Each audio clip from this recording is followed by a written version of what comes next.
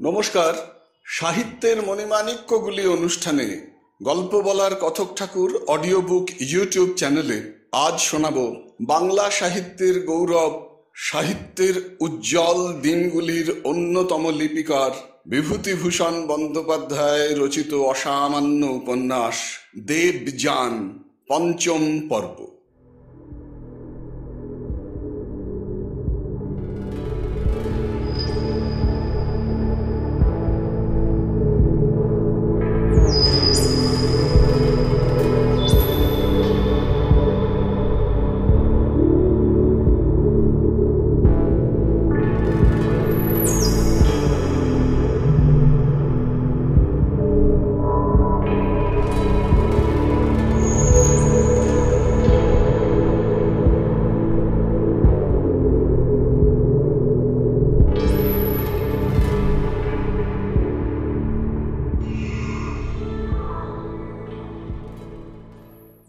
সেদিন ফিরে আসবার পর আরো কিছু কাল কাটল। বুড়ো শিবতলার ঘাটে যে সংসার পেতেছিল পুষ্প, তাতে যেন ভাঙন ধরেছে। আজ 7 বছর আগে প্রথম যেদিন যতীন এখানে আসে, সেদিনটি থেকে পুষ্পের কত স্বাদ, কত আনন্দ, ছেলেবেলার সেই প্রিয় সাথীকে নিয়ে এখানে সংসার পাতবে। তাই অনেক আশা করে সাজিয়েছিল বুড়ো শিবতলার ঘাটের সংসার। ওপারের শ্যামাসুন্দরীর মন্দিরে আরতি ঘণ্টার ধ্বনি হওয়ার সঙ্গে সঙ্গে পুষ্প আগে নিজেদের ঘরে প্রদীপ দেখায়, গৃহদেবতার সামনে সুগন্ধি ধূপ জ্বালিয়ে ফল ফুলের অর্ঘ্য নিবেদন করে, মনে মনে দেবদেবীকে স্মরণ করে।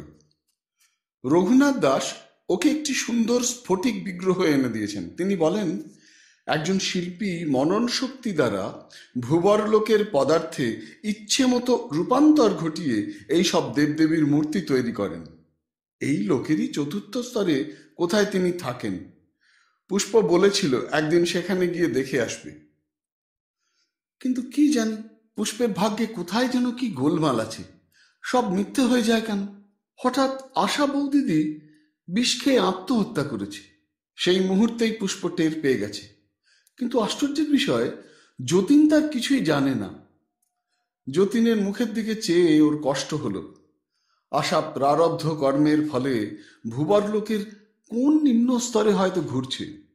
যতীনদার সঙ্গে দেখা হওয়া সম্ভব নয় এই অবস্থায়। পুষ্প এ সত্য বুঝেছে। সুতরাং মিছিমিছি কেন যতীনদাকে আশার মরণের কথা জানিয়ে কষ্ট দেওয়া? পৃথিবীতে থাকলেও তারা যেমন কোনো সাহায্য করতে পারেনি, এখানেও ঠিক তেমনি অবস্থা দাঁড়াবে। এ লোকেও নিম্নস্তরের অধিবাসী আশার কাছে সে ও যতীনদা যেমনি অদৃশ্য ছিল পৃথিবীতে থাকতে, তেমনিই থাকবে। কিন্তু আশা কোথায় আছে একবার দেখা দরকার। সেদিন সে রঘুনাথ দাসের কাছে গেল যতীনকে কিছু না জানিয়ে। দেখা পাবে কিনা সন্দেহ ছিল, কারণ এসব মহাপুরুষ নিজের খেয়ালে থাকেন। আজ আশ্রম আছে, কাল নেই। সর্বপ্রকার মায়াবন্ধনের অতীত এরা।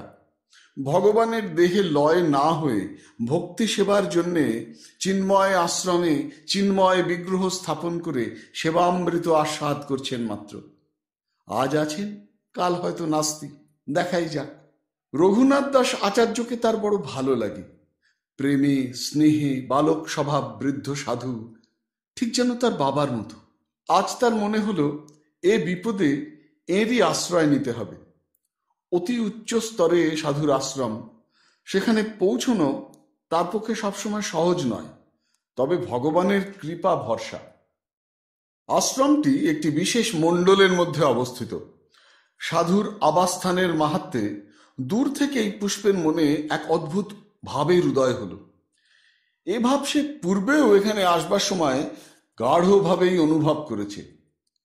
সেই অপূর্ব আনন্দরস, বারবার জন্ম মৃত্যুর আবর্ত থেকে মুক্ত, কোন লীলাময়ের অনন্ত লীলা রাজ্যে সে নিত্য অভিসারিকা, চিরযৌবনা প্রেমিকা।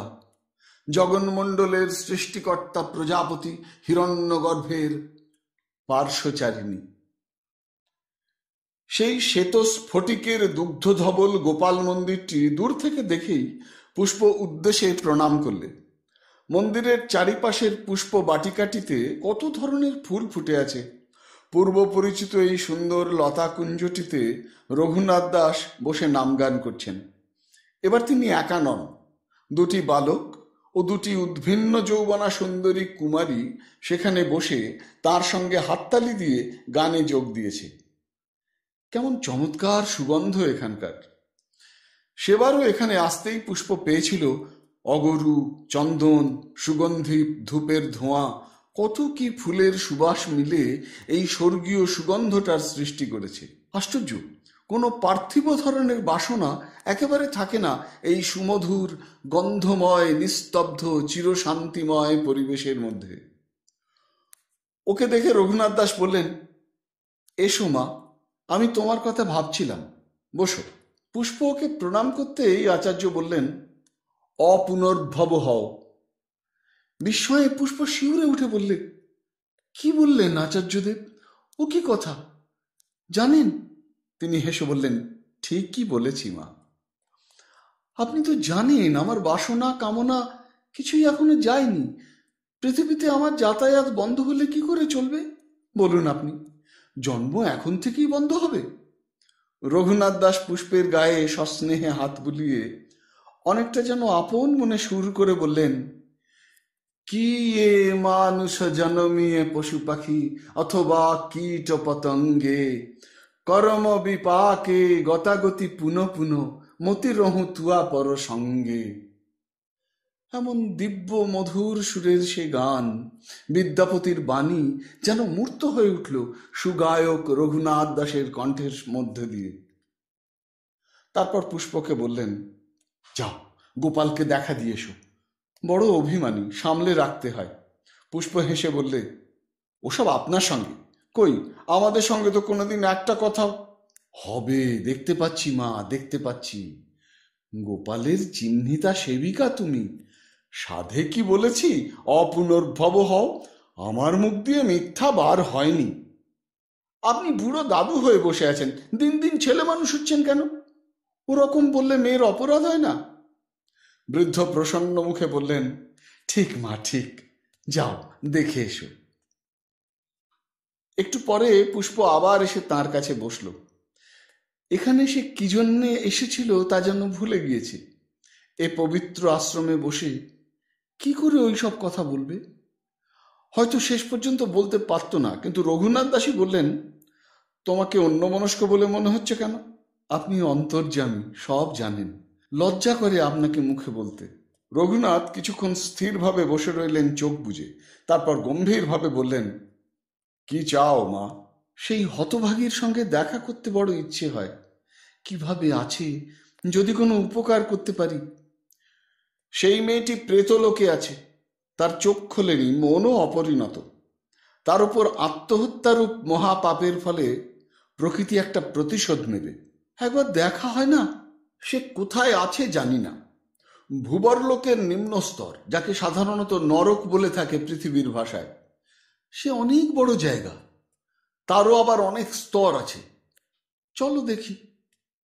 প্রভু, আমার সঙ্গে তার একভাবে খানিকটা যোগ আছে, সুতরাং আমি গেলে তাকে বার করা সহজ হবে। ওসব নয়, সে মেয়েটি পৃথিবীর যে গ্রাম থেকে এসেছে তারই নিকটবর্তী কোনো নিম্ন লোকে ভ্রাম্যমানা। স্থূল ধরনের বাসনা কামনা নিয়ে পৃথিবীর আকর্ষণ ছেড়ে ঊর্ধ্বলোকে ওঠা অসম্ভব। একটু পরে পুষ্প রঘুনাথ দাসকে নিয়ে প্রথমে এলো কুড়ুলে বিনোদপুর। সেখানে কোনো সন্ধান না পেয়ে গেল আশার বাপের গ্রাম রসুলপুরে।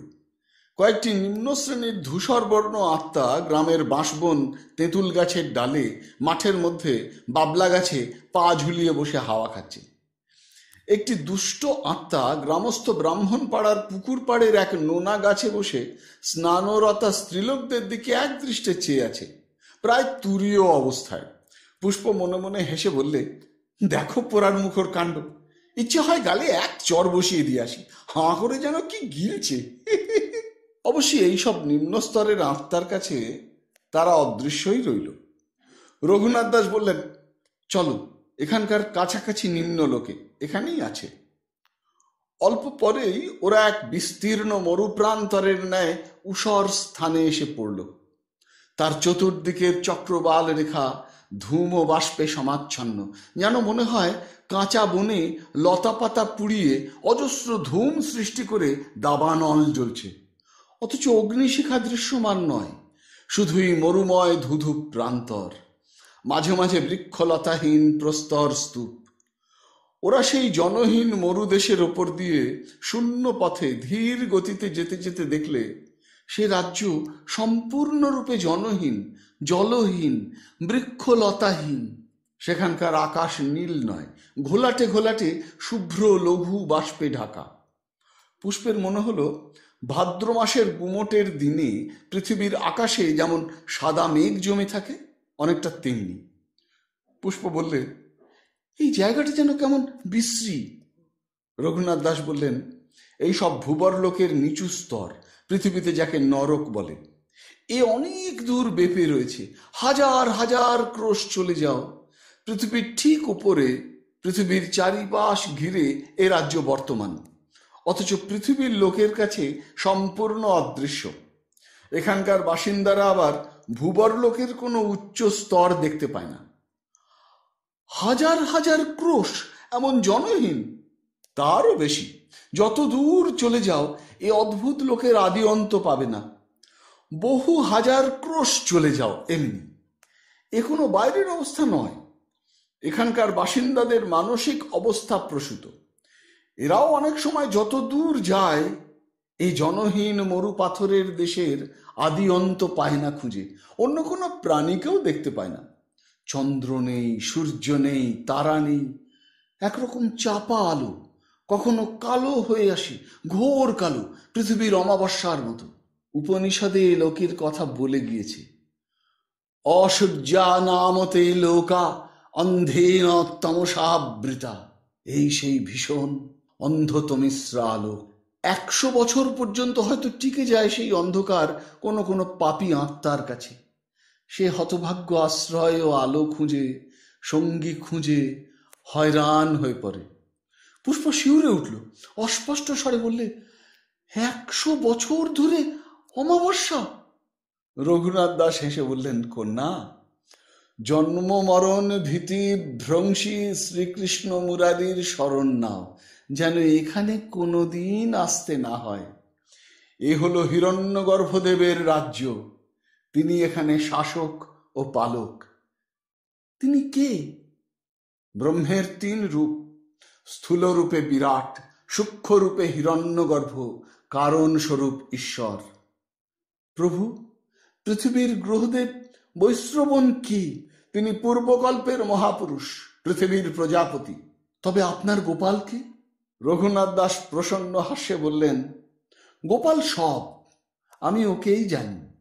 ওই ব্রহ্ম, ওই আত্মা, ওই ভগবান। আমি আর কারো খবর রাখি না। ব্রহ্মের সাকার রূপ জ্ঞান চক্ষে দেখলে মাইক রূপ বটে, কিন্তু আমার চোখে গোপাল ব্রহ্মাণ্ড পরিপূর্ণ করে রেখেছে। আমার আর কোনো তত্ত্বে দরকার কি? ভক্তির চোখে, ভাবের চোখে দেখতে শেখো ভগবানকে। তার ঐশ্বর্য ভুলে যাও, তাকে বন্ধু ভাবো, পুত্র ভাবো, পতি ভাবো, এমনকি দাস ভাবো। পুষ্প বিস্মিত হয়ে বললে, দাস ভাববো? কি বলেন ঠাকুর? রঘুনাথ চিৎকার করে বললেন, কেন ভাববে না? দাবি করে ভাবো, প্রেমের সঙ্গে দাবি করে ভাবো। তিনি ভক্তের দাসত্ব করেছেন, করেননি? তিনি যে প্রেমের কাঙাল, তাকে যেভাবেই ডাকো, ডাকলেই সাড়া দেবেন। তবে প্রেমের সঙ্গে ডাকা চাই, ভয় করে ডেকো না। ভয় করবার কিছু নেই তাকে। পুষ্প মেয়ে মানুষ, এসব কথায় ওর চোখ দিয়ে দর দর ধারে জল গড়িয়ে পড়ল। যুক্ত করে নমস্কার করে বললে, আপনার আশীর্বাদ ঠাকুর। নরকে কথা বললেন, নরক যে পুণ্য স্থান হয়ে উঠল। এমন সময় পুষ্প দেখতে পেলে আশাকে, একটা কালো পাথরের অনুর্বর টিলার উপর সে মলিন মুখে চুপ করে বসে আছে। রঘুনাথ দাস বললেন, তুমি যাও মা, আমি এখানে থাকি। কিন্তু আমাকে যে ও দেখতে পাবে না। পাবে, যাও। কিন্তু একটা কথা মা। কি? ওই কন্যাটির এখনো জ্ঞান হয়নি। পুষ্প বিস্মিত হয়ে বললে, সে কি প্রভু? ও তো দিব্যি জেগেই বসে আছে। ও মেয়েটি ধূম্রযান দক্ষিণ মার্গের পথিক। ওর গতির পথ বেঁকে আছে ধনুকের মতো পৃথিবীর দিকে। তুমি দেখতে পাচ্ছ না মা? ও অল্পদিন হলো পৃথিবী থেকে এসেছে, তার উপর স্বাভাবিক নিয়মে মৃত্যু হয়নি, আত্মহত্যা করেছে। ওর মৃত্যু সম্বন্ধে ধারণাই হয়নি। যাও, কাছে গিয়ে বুঝতে পারবে। পুষ্প কাছে যেতেই আশা বললে, তুমি আবার কে গো? হ্যাঁ গো, এটা কি আলিপুরের বাগান? পুষ্প সস্নেহে বললে, কেন বৌদি, এটা কি বলে মনে হচ্ছে? বাড়িওয়ালি মাসি বলেছিল আলিপুরের বাগান দেখাতে নিয়ে যাবে, সেখানে একটি কি বাবুর সঙ্গে আমার আলাপ করিয়ে দেবে। আমি বলি, ছি ছি, কি ঘেন্না। বলি, নেত্যদার সঙ্গে চলে এসেছিলাম সে আলাদা কথা, অল্প বয়সে বিধবা হয়েছিলাম, কে খেতে পড়তে দেয় সংসারে? না, হ্যাঁ, সত্যি কথা বলবো, মা বুড়ো হয়েছেন, তার ঘাড়ে আমার আরেকটি বিধবা দিদি। আচ্ছা, মাহেশের রথতলা এখান থেকে কত দূর? তুমি কে? পুষ্পর পাশে গিয়ে বসল, ওর দিকে সস্নেহ দৃষ্টিতে চেয়ে বললে, আমি তোমাকে চিনি, তুমি আমার বৌদিদি হও। তা এখানে কি মানুষ নেই? এটা কোন জায়গা? খিদে তেষ্টা পেয়েছে, কিন্তু একখানা খাবারের দোকান নেই। মাহেশের রথতলাতে আমার এক দূর সম্পর্কের ভগ্নিপতি থাকে, সেখানে যাওয়ার খুব ইচ্ছে হয়, কিন্তু এই অবস্থায় যেতে লজ্জাও করে। তুমি এখানে এলে কার সঙ্গে? এলাম কার সঙ্গে তা মনেই পড়ে না। একদিন বাড়িওয়ালি মাসি বললে, তোমায় আলিপুরের বাগানে নিয়ে যাব, সেখানে একটি বাবু তোমার সঙ্গে দেখা করে কথা বলতে চায়। ঘরে সেদিন কিছু খাবার নেই, বাড়ি ভাড়া 20 টাকার জন্য তাগাদা করে করে বাড়িওয়ালি তো আমার মাথা ধরিয়ে দিতে লাগলো। রাত্রে ঘরে খিল দিয়ে শুলাম। তারপর যে কি হলো আমার ভালো মনে হচ্ছে না। বাড়িওয়ালি তোমায় আলিপুরে নিয়ে গিয়েছিল? কি জানি ভাই, তারপর আমার আর কিছু মনে নেই। এখানে আজ কদিন আছি তাও মনে নেই। খিদে তেষ্টা পেয়েছে, অথচ খাবার পাইনি, না আছে একটা লোক, না আছে একটা দোকান পসার। আচ্ছা, এর বাজারটা কোন দিকে? পুষ্প কিছুক্ষণ চুপ করে থেকে বললে, আশা বৌদি, যতীনদাকে মনে পড়ে? আশা কেমন যেন চমকে ওঠে, ওর দিকে অল্পক্ষণ অবাক হয়ে চেয়ে বললে, তুমি তাকে কি করে জানলে? জানি আমি, দেশের লোক যে গো, এক গায়ে বাড়ি। আশার দু চোখ বেয়ে জল গড়িয়ে পড়ল, হাত দিয়ে মুছে বললে, তিনি স্বর্গে চলে গিয়েছেন, তাঁর কথা আর আমার মুখে বলে কি লাভ? সে কথা বলছি না বৌদি, সত্যি কথা বলো তো আমার কাছে, তাঁর কথা তোমার মনে হয় কি না? আশা চুপ করে রইল কিছুক্ষণ, তারপর ধীরে ধীরে বলল, হয়। যখন হয় তখন বুকের মধ্যে কেমন করে ওঠে। কেন বৌদি? আমি হতভাগী, তাকে একদিনও সুখ দিইনি। তখন ছেলে মানুষ ছিলাম, বুঝতাম না, কেবলই বাপের বাড়ি এসে থাকতাম শ্বশুর বাড়ি থেকে। কেন? শ্বশুর বাড়িতে খাওয়া দাওয়ার বড় কষ্ট পেতাম, ছেলে মানুষ তখন। তোমার কথা সত্যি নয় বৌদি, আমার কাছে সব খুলে বলো না ভাই। আশা চুপ করে নখ খুঁড়তে লাগলো, এ কথার কোনো জবাব দিলে না। পুষ্প বললে, বলবে না ভাই? আশা বললে, কি হবে শুনে সেসব কথা? আমার বুদ্ধির দোষেই যা কিছু সব হয়েছে। আমি আমাদের গ্রামের মজুমদার পাড়ার একটা ছেলেকে ভালোবাসতাম। বিয়ের আগে থেকে না বিয়ের পরে? বিয়ের আগে নয়, কিছুদিন পরে। বিয়ের পরে অন্য কারো সঙ্গে ভাব করতে গেলে কেন? এটা খুব অন্যায় হয়েছে তোমার বৌদিদি। হিন্দুর মেয়ে, দ্বিচারিণীর ধর্ম কে শেখালে তোমায়? আশা চুপ করে রইল। পুষ্পের কড়া সুরে বোধহয় একটু ভয় খেয়েই গেল। কথার উত্তর দিলে না যে? আমার অদেষ্ট ভাই, ও কথার কি উত্তর দেব? কিন্তু আমি তোমায় বলছি, তুমি এখনো সেই লোকটাকেই ভালোবাসো। যতীনদার ওপর তোমার কোনো টান নেই, আমি সব বুঝতে পারি ভাই। আচ্ছা, তোমার ঘৃণা হয় না? যার জন্যে এত কষ্ট, যে তোমাকে ফেলে চলে গেল, যার জন্যে তোমাকে আফিং খেয়ে মরতে হলো, আবার সেই ইতর লোকটার জন্য এখনো ভাবনা? যতীনদা দেবতার মতো স্বামী তোমার, তাকে একদিন দেখলে না মরবার সময়, তার কুলে কালি দিয়ে ঘর ছেড়ে চলে এলে? আশার মুখ বিবর্ণ হয়ে গেল। সে বললে, আফিম খাওয়ার কথা তো কেউ জানে না, তুমি কি করে জানলে? আমি তো... আফিম খেয়ে তুমি মারা গিয়েছ বৌদি, তুমি বেঁচে নেই, মরে প্রেত লোকে এসে কষ্ট পাচ্ছ। আশা এবার যেন খানিকটা স্বস্তির নিঃশ্বাস ফেললে। এটা তাহলে ঠাট্টা? তবুও আফিম খাওয়ার কথা এই কিভাবে জানলে? পরক্ষণে এই কথা ওর মনে হলো, কে মেয়েটা গায়ে পরে আলাপ করতে এসেছে? এত হাঁড়ির খবরে ওর কি বা দরকার? ওর গলা ধরে কে কাঁদতে গিয়েছে তা তো জানি না। সে যা খুশি করেছে, তার জন্য ওর কাছে এত কৈফিয়ত দেবার বা কি গরজ? শ্বশুর বাড়ির লোক বোধহয়, ওই গায়ে দিনে, তাই এত গায়ে ঝাল। মৃদু হেসে বললে, তা যাই বলো ভাই, মোরে ভূত হওয়াই বই কি একরকম। পুষ্প দৃঢ় কণ্ঠে বললে, তা নয়, আমি ঠাট্টা করিনি। মারা তুমি গিয়েছ। আফিং খেয়ে ঘরে খিল দিয়ে শুয়েছিলে কলকাতার বাসায়, মনে নেই? তারপর তুমি মরে যাও, মরে এই প্রেতলোকে এসেছ। আশার মুখে সম্পূর্ণ অবিশ্বাস ও সন্দিগ্ধতার চিহ্ন ফুটে উঠতে দেখেও বললে, এখনো বিশ্বাস হলো না বৌদি? আচ্ছা, তোমার বিশ্বাস করাবো। চলো, তোমাদের গায়ে, তোমাদের বাড়ি যাবে। আশা কিছু না ভেবেই ঝোঁকের মুখে বললে, সেখানে আর কি মুখ নিয়ে যাব? গেলেও কেউ টের পাবে না। সত্যি মিথ্যে চলো, চট করে পরীক্ষা করে নিয়ে আসি। তোমার প্রেত দেহ হয়েছে, এ দেহ পৃথিবীর মানুষের চোখে অদৃশ্য। পুষ্পের কথার ভাবে ও সুরে আশা কি বুঝলে জানো? ওর হঠাৎ ভয়ানক আতঙ্ক হলো। কি সব কথা বলে! যদি সত্যি তাই হয়, সে যদি সত্যি মরে গিয়ে থাকে। ঠিক সেই সময় একটি নিম্ন শ্রেণীর প্রেত দুটি অল্প বয়সী মেয়েকে একাকী দেখে পূর্ব সংস্কার বশত ওদের দিকে ছুটে এলো। মুখে দু একটি অশ্লীল কথাও উচ্চারণ করলে। ঘোর কামাশক্তিতে তার চোখ ও মুখের অবস্থা উন্মত্ত পশুর মতো। ওর বিকট হাবভাব দেখে আশা ভয়ে পুষ্পকে জড়িয়ে ধরে চিৎকার করে বললে, ও ওই দেখো ভাই, কে একটা আসছে, মাগো। পুষ্প ভয় পেয়েছিল। সেও প্রথমটা আড়ষ্ট হয়ে গিয়েছিল, কিন্তু হঠাৎ একটা আশ্চর্য কাণ্ড ঘটল। লোকটা ওদের দিকে এসে পড়ে পুষ্পের দিকে চেয়ে জড়সড় হয়ে কুঁকড়ে এতটুকু হয়ে গেল।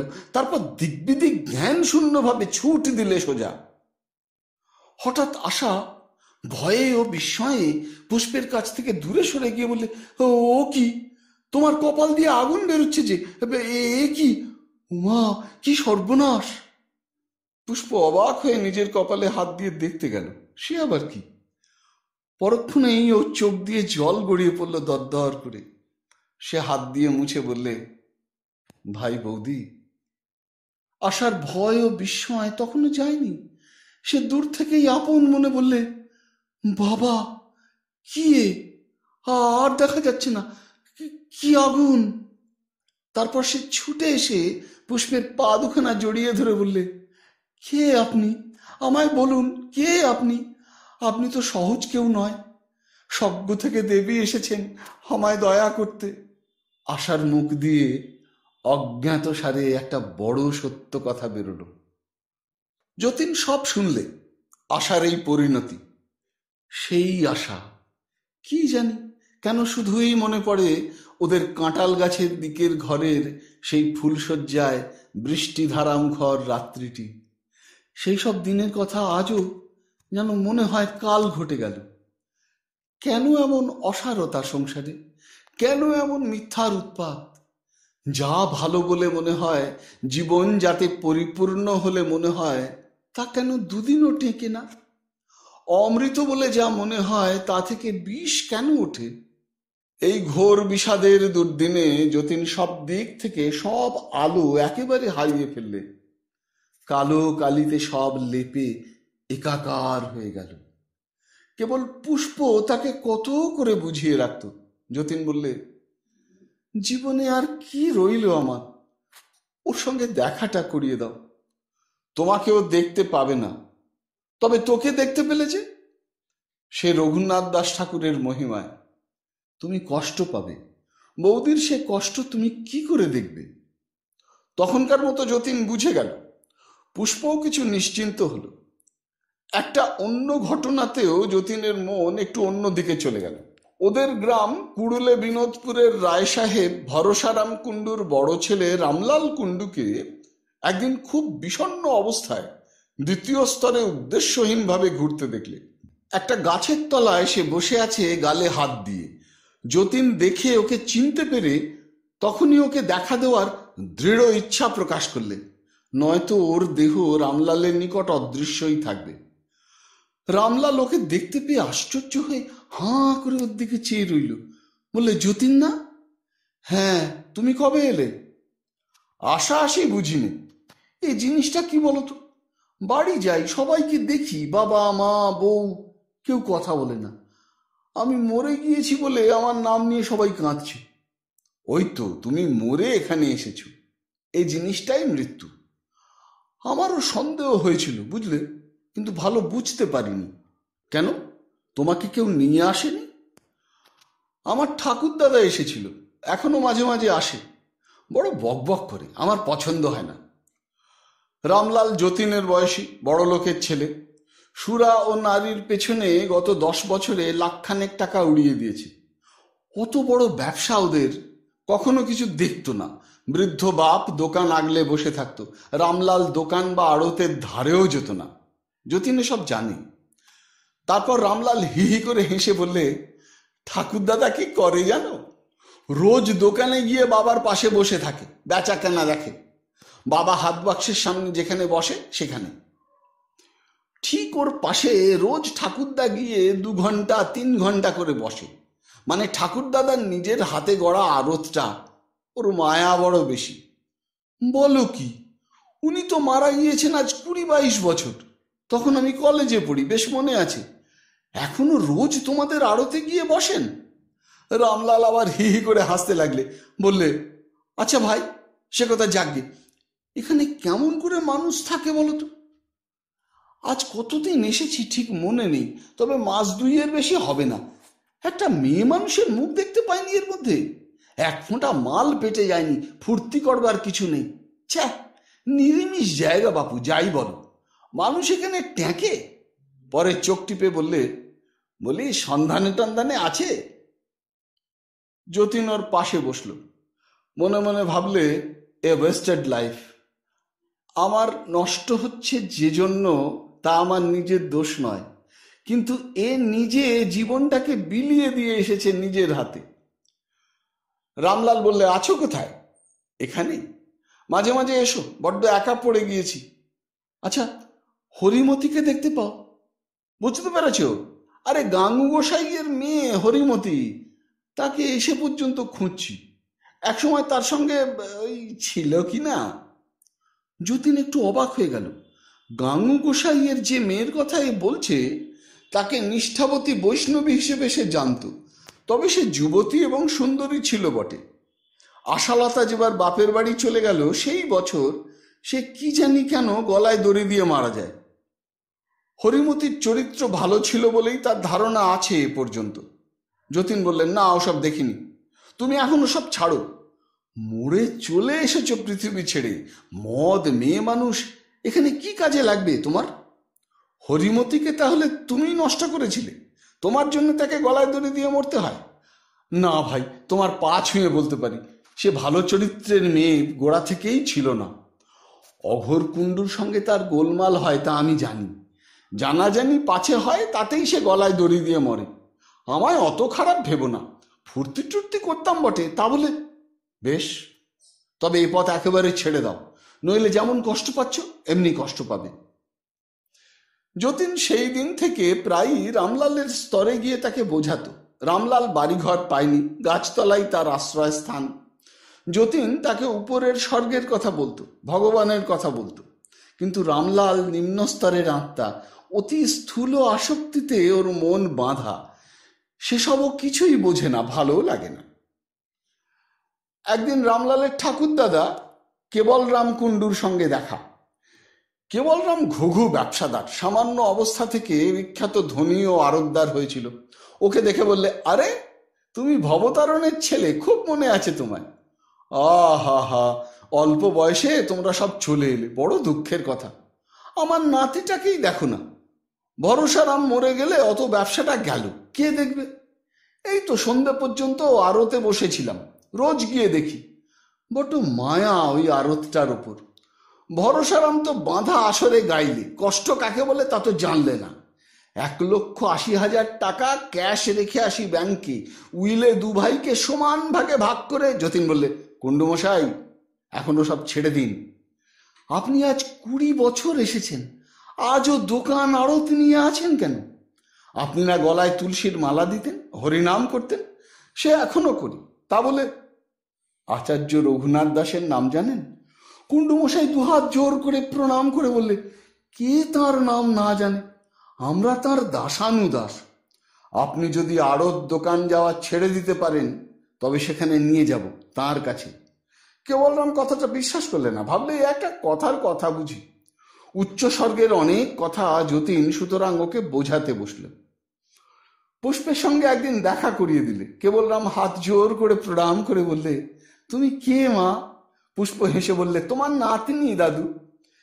কেবলরাম কেঁদে ফেললে, বললে, আমি পাপী নরাধম, আমার সে ভাগ্যে কি আছে মা? মা নয়, আমায় দিদি বলে ডাকো দাদু, পুষ্প আবদারের সুরে বললে। কেবলরাম সেদিন থেকে পুষ্পের কৃতদাস হয়ে গেল। পুষ্প ম্যাজিক জানে নাকি? যতীন এক এক সময় ভাবে।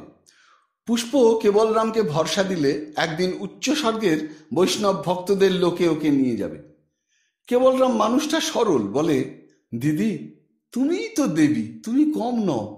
ব্রাহ্মণের মেয়ে, তার উপর আগুনের মতো আভা তোমার রূপের। আমি আর কোথাও যেতে চাইনি, তুমি দাদু বলে ডাকলে এই আমার স্বর্গ হয়ে গেল। আমরা কীটস্য কীট। আত্মা ওঠে ভালোবাসায়, ভালোবেসে, ভালোবাসা পেয়ে। পুষ্প পিতামহের সমান বৃদ্ধ কেবলরামকে পৌত্রের মতো ভালোবেসে ওকে তোলবার চেষ্টা করছে। যতীন বুঝতে পারলে। যতীনের শত লেকচারেও এ কাজ হতো না। যতীন ভাবে, না, এসব কাজ পুষ্প পারে, পতিত উদ্ধার কাজ আমার নয়। আমার নিজের কুকুর পথ্যি করে কোথায় তার ঠিক নেই। কিন্তু রামলালের সাহায্য পুষ্পকে দিয়ে হবে না। পুষ্প অতি সুন্দরী নারী। রামলালের আসক্তি এখনো নিম্নমুখী, মোহে পড়ে যাবে। রামলালের মন গড়ে উঠতে অনেক দেরি। অন্যভাবে ওকে সাহায্য করতে লাগলো যতীন। রামলালের দেখা পেয়ে যতীনের খানিকটা ভালো লাগে। হাজার হোক দেশের লোক, সমবয়সীও বটে, দুটো পৃথিবীর কথাবার্তা বলা যায়। দেবদেবীদের মধ্যে প্রাণ হাঁপিয়ে উঠেছে, শুধু বড় বড় কথা আর কাহাতক শোনা যায়। পুষ্পের মুখেই বা অন্য যেখানে মাঝে 2-10 বার গিয়েছে, সেখানেই কি। পুষ্প বোঝে, সব বুঝে দুঃখিত হয়। রামলালের সঙ্গে অত মেলামেশা সে পছন্দ করে না। যতীন রামলালের কাছে এসে বলে, রামলালদা, কি তোমার ইচ্ছে করে? একটা ইচ্ছে আছে, অন্য কিছু হোক না হোক একটা সিগারেট যদি খেতে পারতাম। একেবারে কিছু নেই, ছ্যা, এখানে মানুষ থাকে কি করে? তোমার স্ত্রীকে তো রেখে এসেছো, তার সঙ্গে দেখা করতে ইচ্ছে করে না? রামলাল ইতস্তত করে বললে, হ্যাঁ মানে তা, হ্যাঁ সে তো প্রায়ই দেখছি।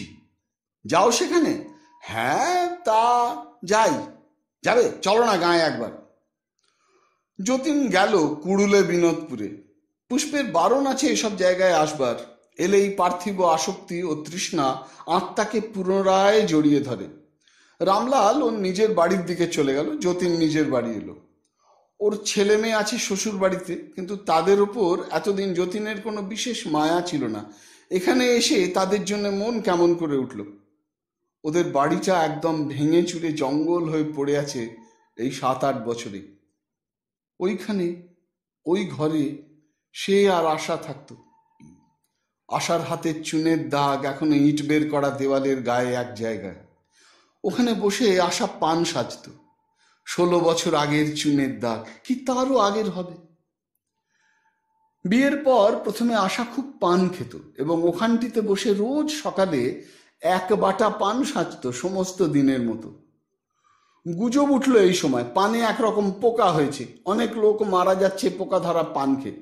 যতীন আর বাজার থেকে পান আনতো না 5-6 মাস। আশা বলতো, তুমি না খাও, আমার জন্যে এনো, না হয় মরে যাব পান খেয়ে, তোমার আবার বিয়ে বাকি থাকবে না। পান না খেয়ে থাকতে পারিনি লক্ষ্মীটি। যেন কাল ঘটে গিয়েছে সেসব দিন। আশা, আশালতা, স্বপ্ন, বহুদূর অতীতের স্বপ্ন, আশালতা। সন্ধ্যা হয়েছে, বোষ্টম বউ ছাগল নিয়ে যাচ্ছে বাড়িতে তাড়িয়ে। আহা, বুড়ো হয়ে পড়েছে বোষ্টম বউ, তা তো হবেই, 8 বছর হয়ে গেল। আচ্ছা, তাকে যদি এখন দেখে বোষ্টম বউ তো কি না জানি ভাবে। হঠাৎ পেছন থেকে কে বলে উঠল, তুমি কখন এলে গো? যতীনের অন্তরাত্মা পর্যন্ত বিস্ময়ে শিউরে চমকে উঠল সে পরিচিত কণ্ঠের ডাকে। সে পিছন ফিরে চাইলে আশা দাঁড়িয়ে আছে ঠিক তার পেছনে, পরনে লাল পাড় শাড়ি, ঠিক যেমনটি পরত কুড়লে বিনোদপুরের এ ঘরে। বয়স তেমনি, চোখে না বুঝতে পারার বিস্ময়ের মূঢ় দৃষ্টি। আশা, তুমি এখানে কি করে এলে? আশা অবাক হয়ে ওর দিকে চেয়ে আছে, যেন এখনো ভালো করে বিশ্বাস করতে পারছে না। যতীন ওর দিকে এগিয়ে গেল হাত বাড়িয়ে, বললে, আশা, চিনতে পারছো না আমায়? আশা ওর মুখের দিকে চোখ রেখে বললে, খুব। তুমি কোথা থেকে এলে? কি জানি কোথা থেকে যে এলুম।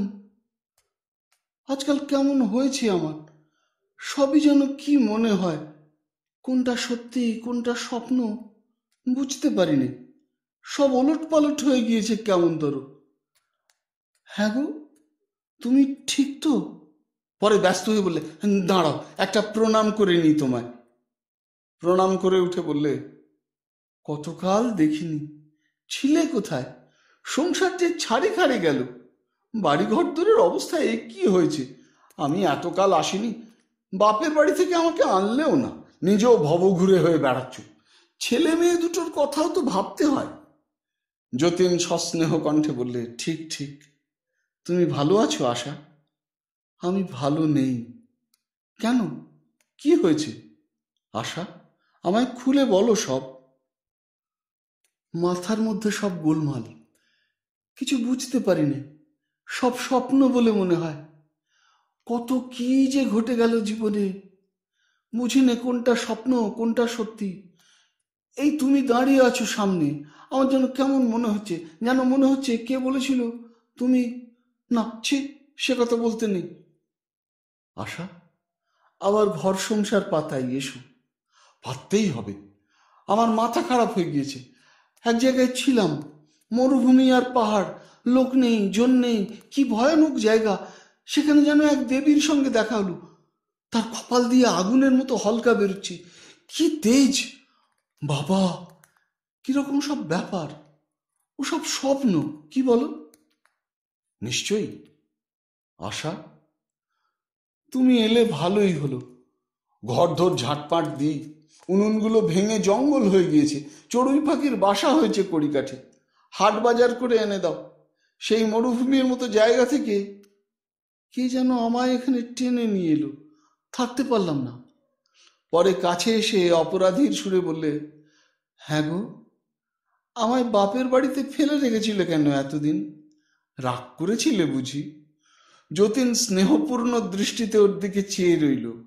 সে দৃষ্টিতে গভীর অনুকম্পা, অতল স্পর্শ অনুকম্পা, সর্ববাসনা শূন্য উদার ক্ষমা।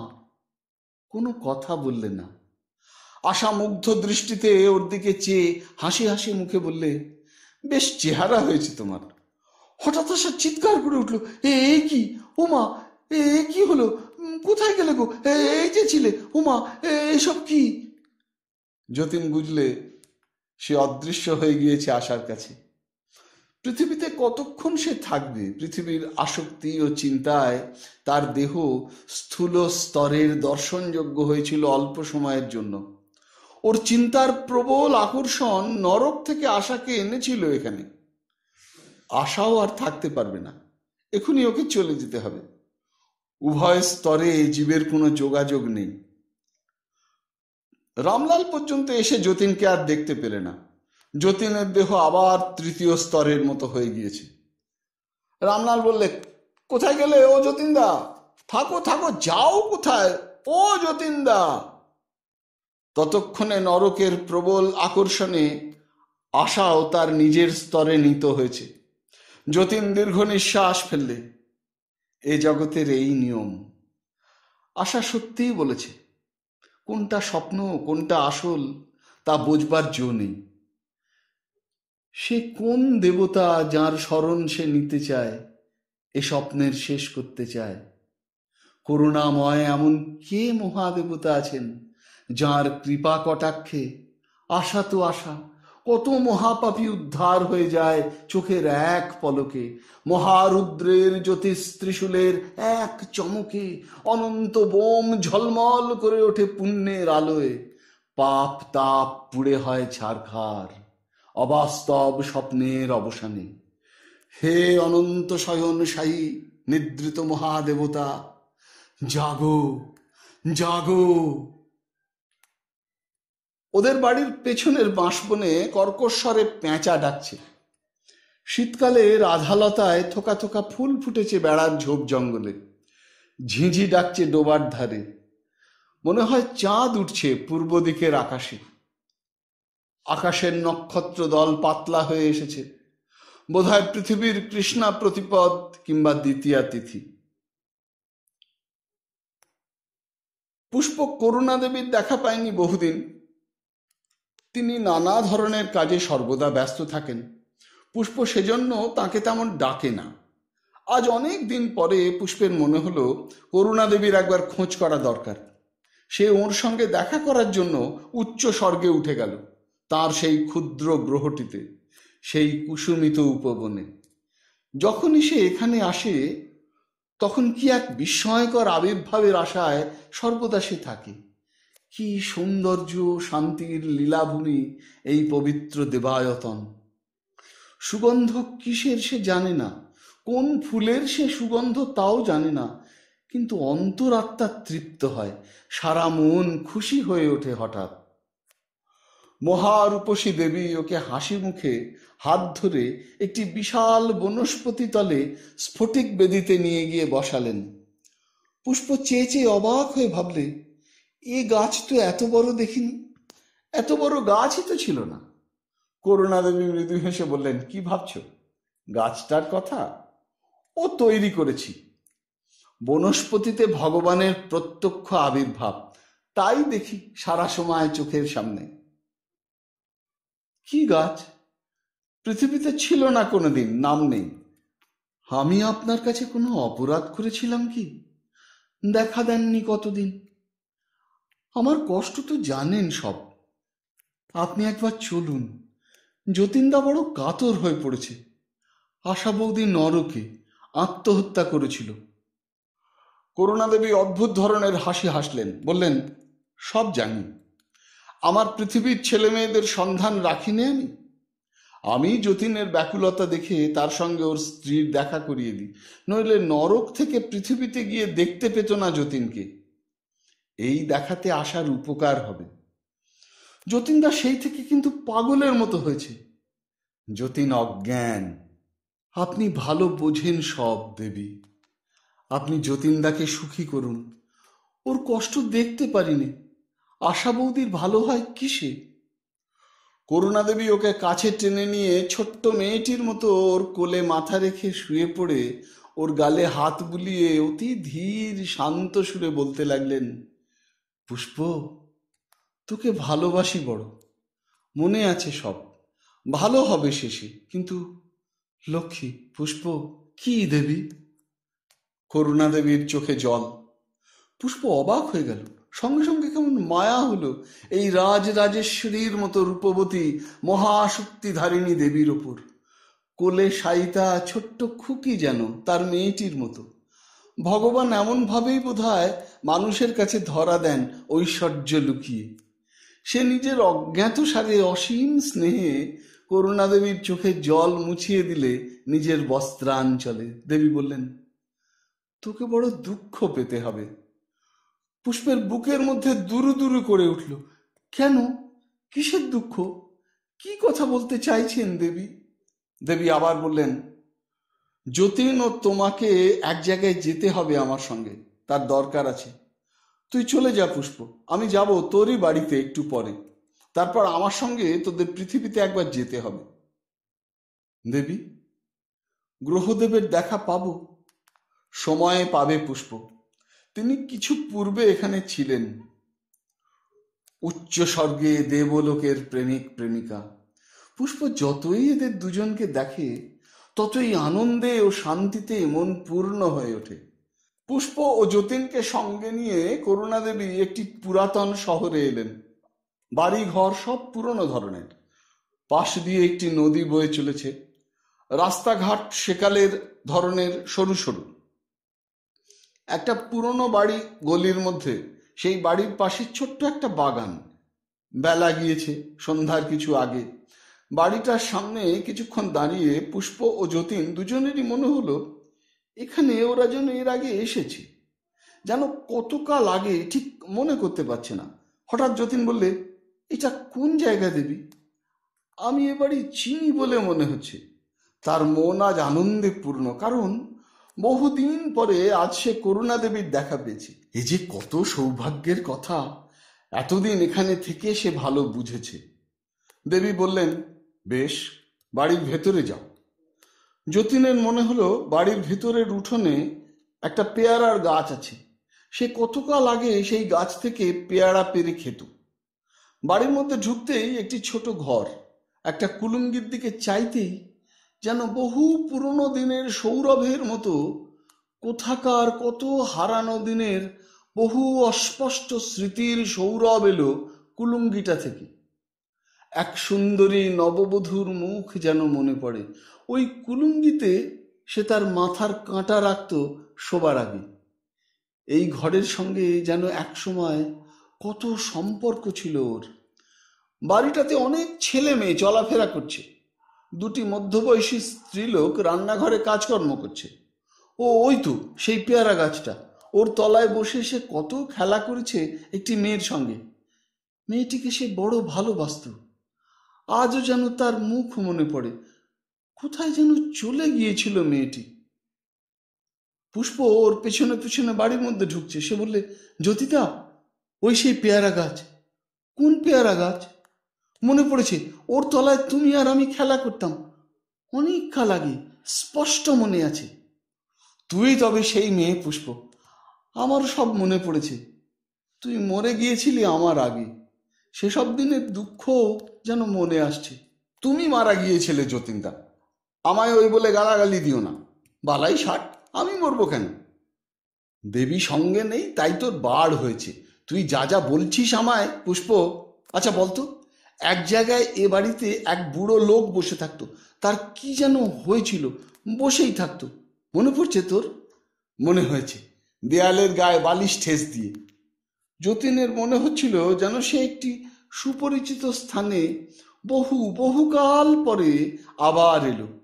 এ বাড়ির সব ঘর দোর সে চিনি। অনেক কাল আগে এ বাড়িতে এসে বেরিয়েছে প্রত্যেক ঘর দূরে। বহু প্রিয়জনের দুরাগত স্মৃতি যেন একটি গুরুভার বেদনার মতো বুকে চেপে বসেছে। বাড়ির ছেলেমেয়েরা রান্নাঘরে খেতে বসেছে, খুব গোলমাল করছে নিজেদের মধ্যে। ওদের প্রতি এমন একটা স্নেহ হয়েছে যতীনের, এরা অতি আপনার জন। কত দিনের সম্বন্ধ এদের সঙ্গে। যতীন দাঁড়িয়ে দেখতে লাগলো। ছেলে মেয়েদের খাওয়া হয়ে গেল। ওদের মা এবার হাতায় করে দুধ পাতে পাতে দিচ্ছে। অনেক পুরনো হয়ে গিয়েছে বাড়িটা। তার জানা বাড়ি এর চেয়ে ভালো, নতুন ছিল। সে বুঝতে পেরেছে করুণা দেবী তাদের কেন এখানে এনেছেন। পুষ্প বলে, যতুদা, আমাদের পূর্বজন্মের দেশ কোন গ্রাম এটা বলতে পারো? তুমি আমি এখানে জন্মেছিলাম। তুই মরে গিয়েছিলি আমার আগে, রাগ করিসনি বলছি বলে। আমার মনে পড়েছে, গত জন্মেও তাই। এই রকমই হচ্ছে জন্মে জন্মে। তুই মারা যাচ্ছিস, আমি তোর পেছনে যাচ্ছি। কিন্তু আরেকটি মেয়ের কথা বড় মনে পড়ছে। তাতে আমাতে কিছুদিন এখানে ছিলাম, তারপর সেও কোথায় চলে গেল। ওরা বাইরে এলো। করুণা দেবী বললেন, মনে পড়ল? কিন্তু এই যে অদ্ভুত মনে পড়া। কত নিবিড় বর্ষা রাতের টিপ টিপ জল পতনের সঙ্গে, কত বসন্তের প্রথম রোদে পোড়া মাটির গন্ধের সঙ্গে জীবনের মস্ত বড় যাত্রাপথ এক সুরে বাঁধা। আনন্দের নিবিড় স্মৃতি সেখানে বেদনার সঙ্গে এক হয়ে গিয়েছে। গভীর বেদনা, যা শুধু জন্ম জন্মান্তরের হারানো প্রিয়জনের বার্তা বহন করে আনে অন্তরতম অন্তরে। মনে হয় সবই কি তবে মিথ্যে, সবই স্বপ্ন? যতীনের দিশেহারা বিষণ্ণ দৃষ্টিতে ওর মনের কথা পরিস্ফুট হলো। করুণাদেবী বললেন, ওই জন্যে তোমাদের এনেছি। এখানে তোমাদের ঠিক এবারকার জন্মের আগের জন্মভূমি। পুষ্প বললে, এ কোন গ্রাম দেবী? নাম মনে নেই। ত্রিবেণী, গঙ্গার তীরে। ওই গঙ্গা। তাহলে গত 2 জন্মে আমরা কাছাকাছি ছিলাম, গঙ্গারই ধারে। এবার তো হালি শহরের এপার, সাগঞ্জ, কেওটায়। স্থানের আকর্ষণ অনেক সময় এমন হয় যে গত জন্মের ভূমিতে কোনো না কোনো সময় আসতেই হবে। তবে জন্মান্তরীণ স্মৃতি সব আত্মার থাকে না পৃথিবীর স্থূল দেহে। কখনো কখনো কেউ জাতিস্বর হয়। জাতিস্বর হওয়া উচ্চ অবস্থার লক্ষণ। যতীন এতক্ষণ চুপ করেছিল। তার মন ভালো নেই। জগৎ ও জীবন দেখছি সব ভেলকির মতো। কোনটা সত্যি, কোনটা মিথ্যে? বাজে জিনিস সব। বাঁচা মরা কিছুরই মধ্যে কিছু নেই। কেন এ বিড়ম্বনা? সে জিজ্ঞেস করলে, দেবী, এরা আমার কি এখন যারা আছে? তোমার পৌত্রের পৌত্র। আর পুষ্পের? পুষ্প অবিবাহিত অবস্থায় মারা যায়। আশা এ বাড়িতে তোমার প্রথমা স্ত্রী ছিল। সে অল্প বয়সে তোমায় ছেড়ে চলে যায় এবারের মতো। আমি তোমাদের মিলিয়ে দিয়েছিলাম 3 জনকে আবার এই জন্মে। কিন্তু কর্মের ফল আমি খণ্ডন করতে পারিনি তোমাদের। চেষ্টা করলাম, কিন্তু কর্মশক্তি নিজের পথ ধরল ঠিক। যতীন হতাশ সুরে বললে, আপনি যখন পারলেন না তখন আর কি উপায় দেবী? আপনি স্বয়ং যখন। করুণাদেবী বললেন, কর্মের বন্ধন স্বয়ং ভগবান কাটতে পারেন চোখের পলকে। তিনি ছাড়া আর কে পারে? আমি কি করেছিলাম দেবী? কেন আমার এই দুর্ভাগ্য 2 জন্ম ধরে? এরও আগের জন্ম দেখবে, কিন্তু ছবি দেখাবো। সামনের আকাশে চাও। সে স্থান এখন আর নেই। প্রাচীন গৌড়ের নিকটবর্তী ক্ষুদ্র গ্রাম। সে জন্মে প্রথমা স্ত্রীর মনে কষ্ট দিয়ে 2 বার বিবাহ করেছিলে। সে তোমায় বড় ভালোবাসত। সেজন্যে তাকে আর আপনার করে পেলে না পরপর 2 জন্মে। সতীলক্ষ্মীর মনে বড় কষ্ট দিয়ে ত্যাগ করেছিলে। সেও কি আশা? না। তবে সে কে দেবী বলুন দয়া করে? সে কি অন্যত্র চলে গিয়েছে? সে এই তোমার পাশেই দাঁড়িয়ে। সতীলক্ষ্মী তোমায় ছাড়েনি, কিন্তু তোমার কর্মফলে তুমি ওকে পাচ্ছ না। আমি পরপর 2 জন্ম চেষ্টা করছি, কিন্তু পেরে উঠছি কই। পুষ্প অবাক হয়ে দেবীর মুখের দিকে চেয়ে রইল। এসব কথা তার মনে নেই। করুণাদেবী বললেন, তারও পূর্বজন্মে তোমার কর্ম আরো খারাপ। যাক, সব কথা। তোমাকে 3 জন্মের কথা জানতেই হবে। এর কারণ আছে। পুষ্প, তুই কষ্ট পাবি আমি জানি। আমি চেষ্টা করব সে দুঃখ দূর করতে। যতীনকে ওর পূর্বজন্ম দেখালাম, কারণ ওর আত্মার প্রয়োজন হয়েছে। পুষ্প বিবর্ণ মুখে বললে, কেন দেবী? করুণাদেবী ওর দিকে পূর্ণ দৃষ্টিতে চেয়ে বললেন, যতীনকে পুনর্জন্ম গ্রহণ করতে হবে। পুষ্প জানে। সে জানে তার প্রশ্ন নিরর্থক। সে অনেক দিন থেকে বুঝতে পেরেছে। এই ভয়েই তার মন করছিল। যতীন চমকে উঠল। এত অল্প দিনে আবার পুনর্জন্ম কেন? কোথায় রইল আশা? কোথায় রইল পুষ্প? কার কাছে যাবে সে পৃথিবীতে? তখনই তার মন বলে উঠল, কেন? মায়ের কাছে, যার কোল আঁধার করে সে চলে এসেছে। করুণাদেবী বললেন, যতীন, তোমার অন্তরাত্মা চাইছে ওই দুঃখিনী মায়ের কোলে আবার ফিরে যেতে। তোমার মায়ের অন্তরাত্মা কাঁদছে তোমার জন্যে। সেখানে যেতে হবে তোমাকে। এ বাঁধন এড়াবার জো নেই। মাতৃশক্তি জগতের মধ্যে খুব বড়। তাছাড়া আসার জন্য তোমাকে যেতে হবে ভূলোকে। ভূবর লোকের কোনো উচ্চ স্তরেও যেতে পারবে না বেচারি। গ্রহদেবকে আমি বলেছি, আশার অন্তরাত্মা কাঁদছে, অনুতাপে সব পাপ মোচন হয়। আশাকেও আবার পৃথিবীতে পাঠাবো, তুমি জন্মগ্রহণের কিছু পরে। এই 5-6 বছর ওকে নরকেই থাকতে হবে। তার আত্মা তাতে উন্নতি করবে, নিজের ভুল ক্রমশ বুঝবে। এই জন্মে আমি আবার তোমাদের মিলিয়ে দেব। বোধহয় তোমাদের প্রারব্ধ ও জন্মে কেটে যাবে। পুষ্প পাষাণ মূর্তির মতো দাঁড়িয়ে সব শুনলে। আকাশ পৃথিবী তার কাছে অন্ধকার হয়ে গিয়েছে ততক্ষণে। জন্ম জন্মান্তর যে জীবনের মাস ঋতু ও বৎসর মাত্র, তাও যে শূন্য অন্ধকার। ভূমা নয়, অল্পেই তার সুখ ছিল। করুণাদেবী সব জানেন। পুষ্পকে তিনি বুঝিয়ে বললেন, আশার জন্যেও স্বার্থত্যাগ তাকে করতে হবে, যতীনের জন্যেও।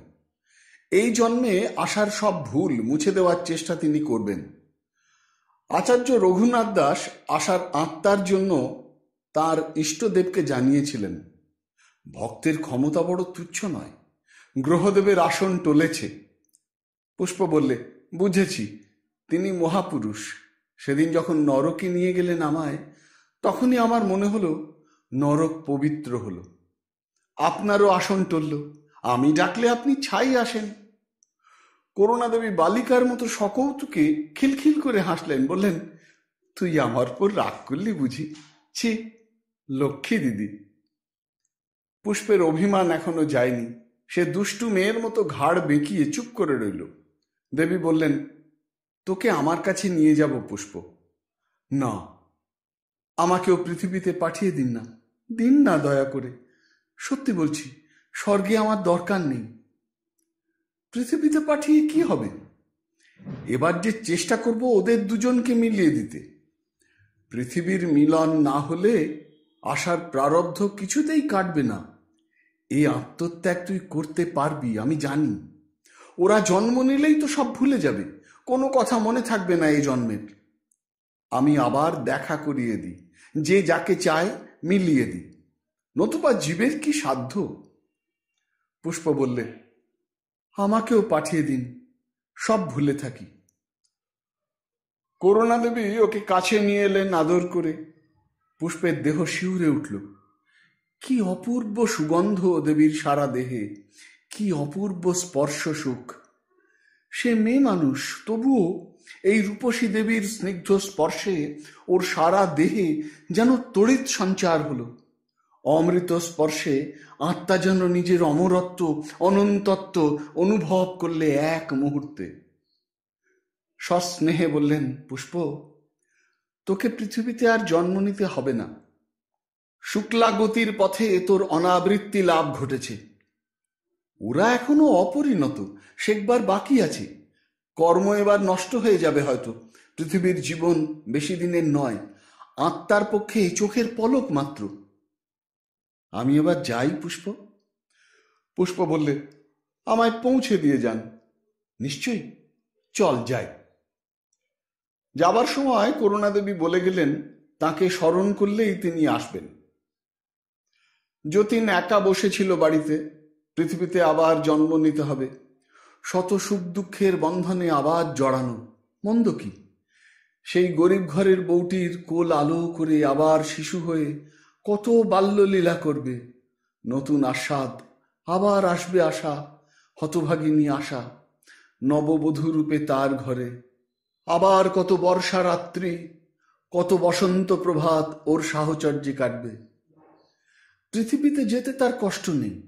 মধুর সেখানকার শৈশব, মধুর কৈশোর, মধুর যৌবন।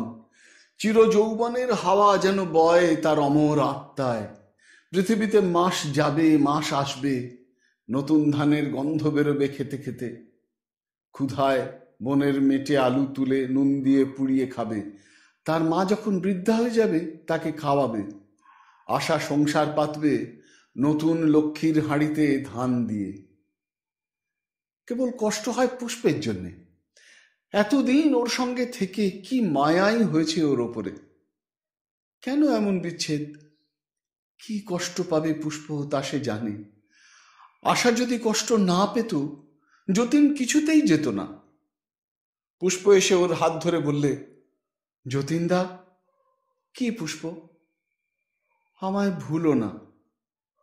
আচ্ছা পুষ্প, তুই বলতে পারিস কেন আমাদের জীবনে এ দুর্ভাগ্য? কেন বারবার তোকে হারাচ্ছি, তোর বৌদিদিকে হারাচ্ছি? আমায় নিয়ে যাও না সঙ্গে করে। ছি পুষ্প, দেবী যা বলেন তাই তোমার আমার পক্ষে শুভ। ওর কথা শোনো। আমি কারো কথা শুনবো না, আমি যাব। কি এবারও একসঙ্গে খেলা করবি পুষ্প? তেমনি ধারা সাগঞ্জ কেওটার ঘাটে। বেশ অদ্ভুত সেসব দিন। যতীন চোখ বুজে ভাবতে লাগলো। পুষ্প ওর হাত ধরে বসে রইল, বললে, তাই তো সাগঞ্জ কেওটার বুড়ো শিবতলার ঘাট এ লোকেও ভুলতে পারিনি। জন্মান্তরের স্মৃতিতেও অক্ষয় যেন হয়। তোমার যাওয়ার পথে দেবতারা ফুল ফেলুন যতুদা। আমি হতভাগিন চিরকাল একাই থাকব, এই আমার ভাগ্য। যতীন ওর মুখের দিকে চেয়ে বললে, আমার মুক্তিতে দরকার নেই, কোনো কিছুর দরকার নেই। সমাধি টমাধি দেবী টেবি সব বাজে, তোকে ছেড়ে যাব না। আশা, তার অদৃষ্টে যা হয় হবে পুষ্প। ঠিক কথা যতুদা, প্রাণের সত্য কথা বললাম। এখন আমার অন্তর যা বলছে সব তুচ্ছ হয়ে গিয়েছে আমার কাছে। তুই থাক পুষ্প আমার। জগতের বিশ্বের বহুদূর সীমানায় চলে যাও যতুদা, তোমায় মুক্তি দিলাম। ভালোবেসো, ভুলো না। ওসব থিয়েটারি ধরনের কথা কোথায় শিখলি রে?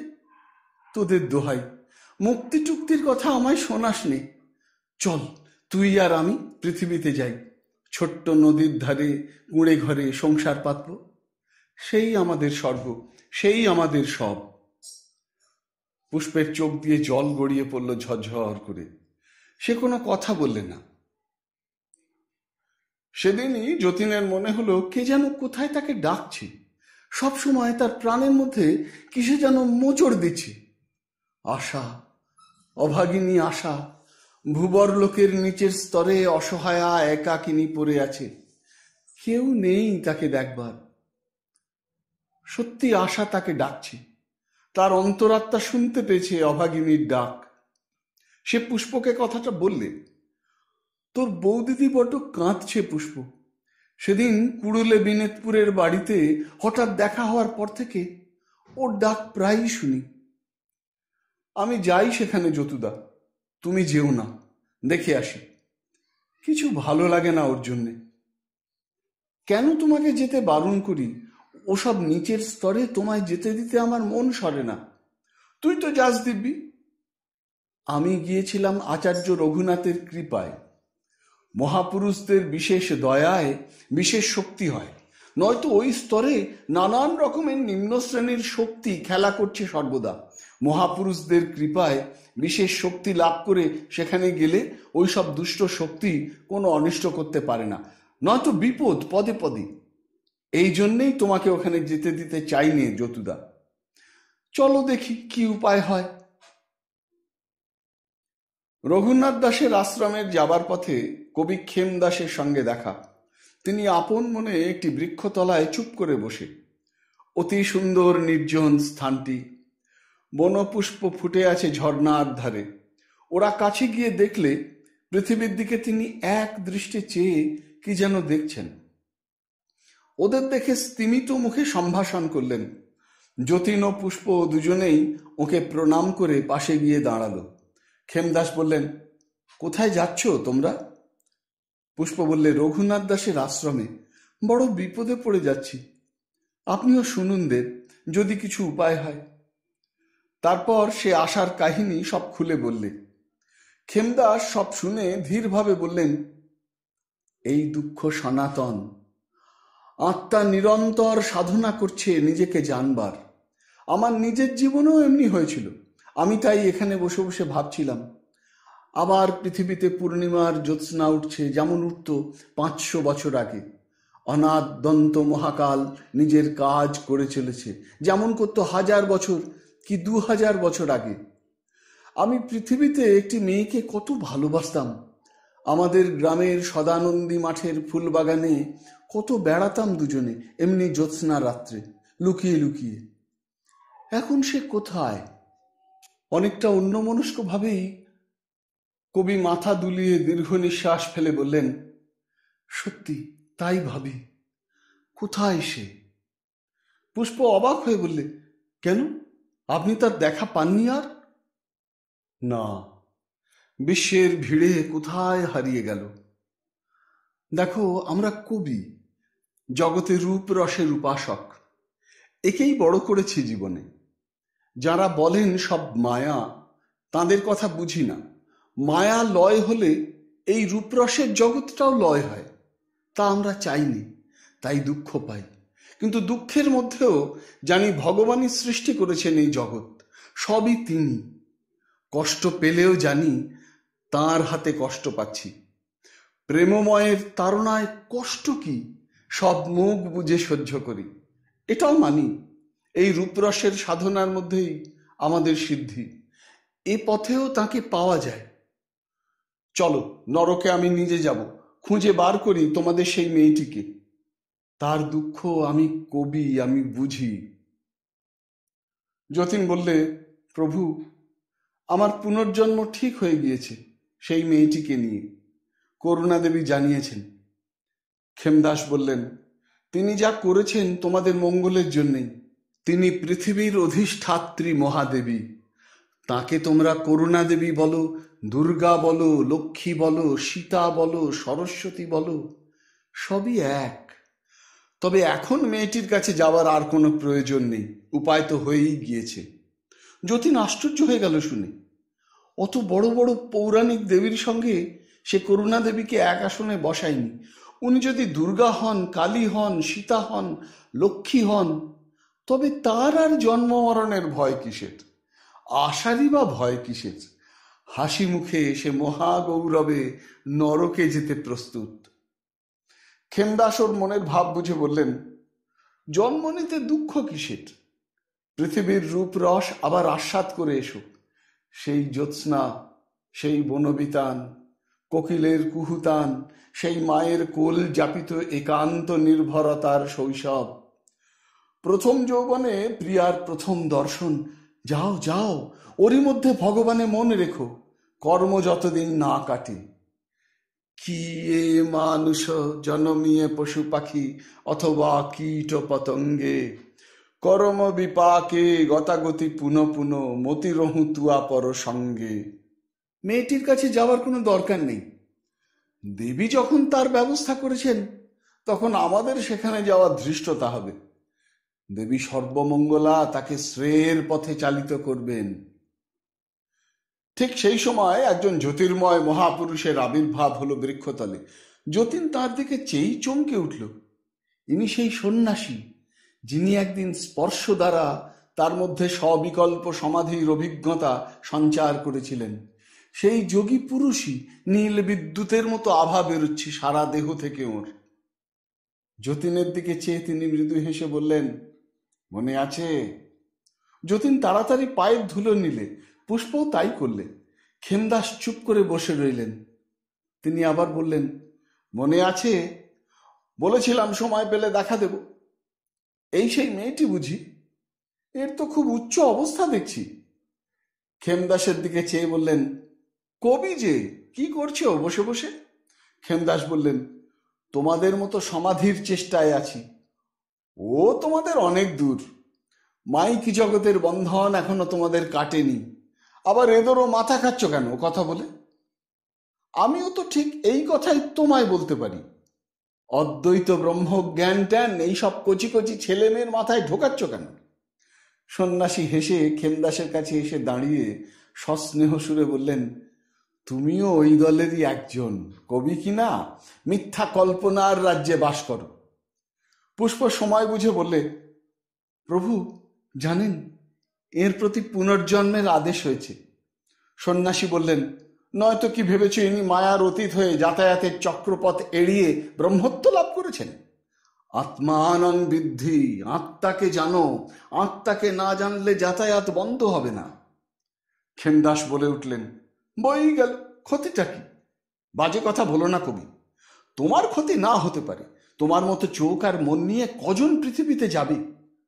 সাধারণ লোক গিয়ে অর্থ, যশ, মান, নারী নিয়ে উন্মত্ত থাকবে।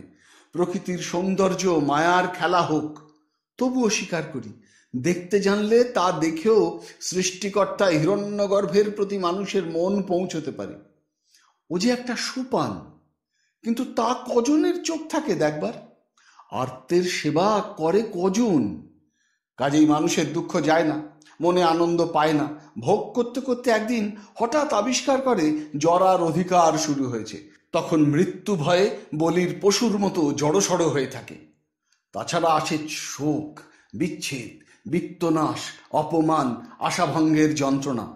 কোথায় সুখ বলো? দুঃখের মধ্যেই আনন্দ হে সন্ন্যাসী। দুঃখ ভোগ করতে করতেই আত্মা বড় হয়ে ওঠে, বীতস্পৃহ হয়, বীতমন্যু হয়, বীতশোক হয়, ভগবানের দিকে মন যায়।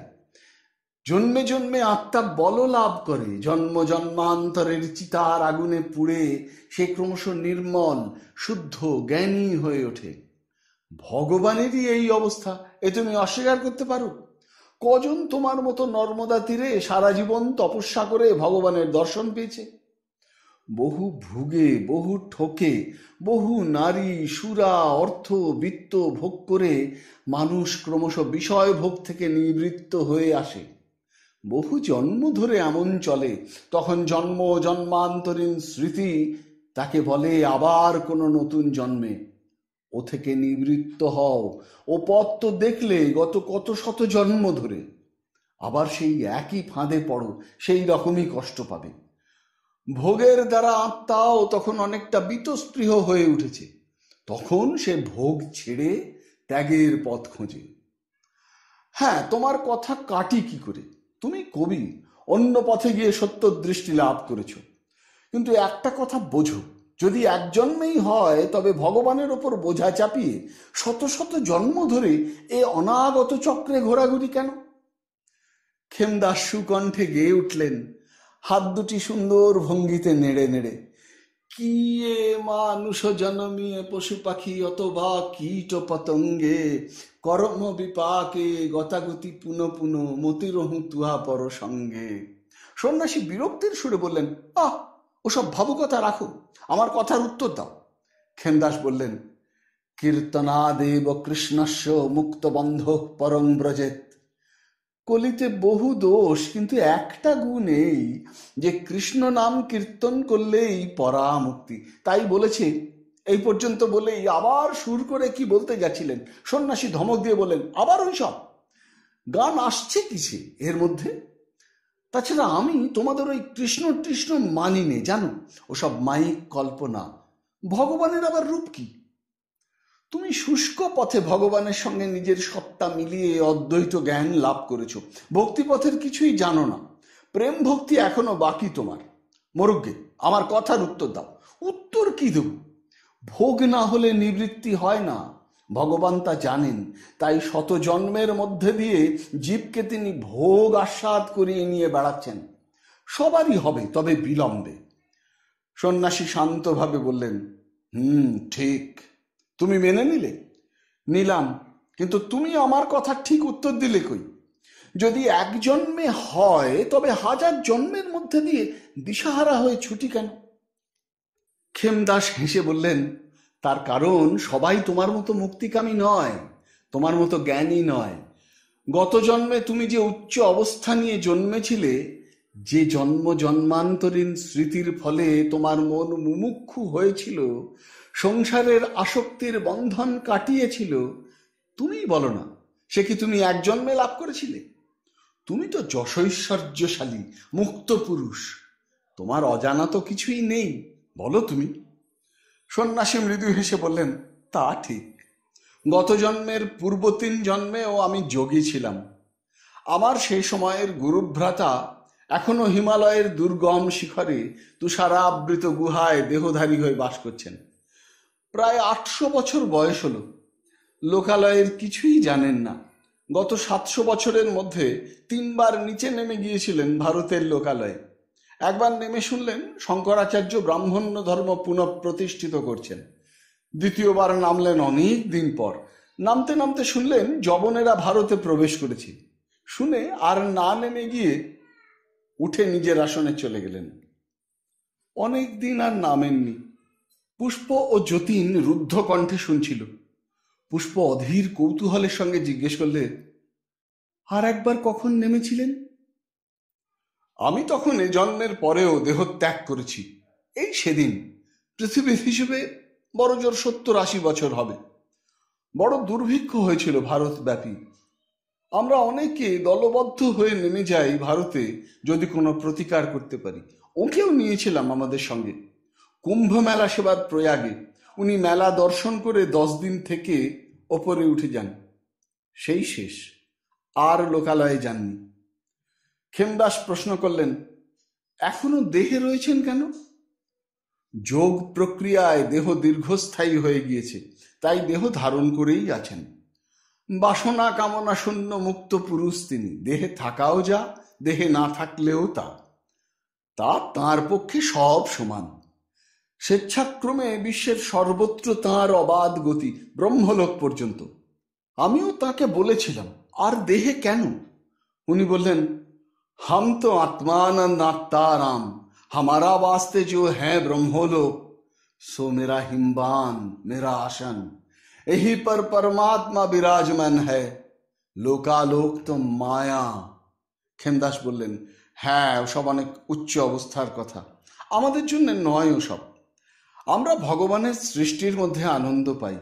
এই অপূর্ব সৌন্দর্য রসের আস্বাদ করবে কে আমরা ছাড়া? তোমরা তো ব্রহ্ম হয়ে বুড়ি ছুঁয়ে বুড়ি হয়ে বসে আছো।